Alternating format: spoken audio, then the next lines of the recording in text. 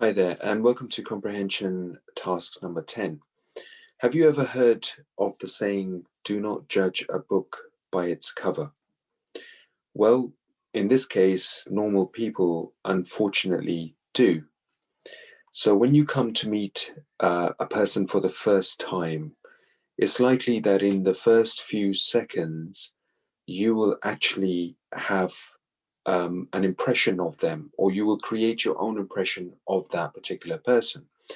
And judgments will be made in terms of what the person is like, how they look, how clever they are or intelligent they are, how much money they may have, how professional they may look, what kind of morals they may have.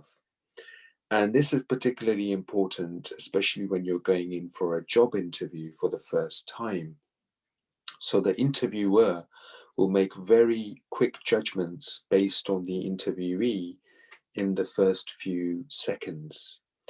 And this particular task is all about getting yourself prepared in different examples and different situations, or when you meet a person for the first time, especially in terms of an interview.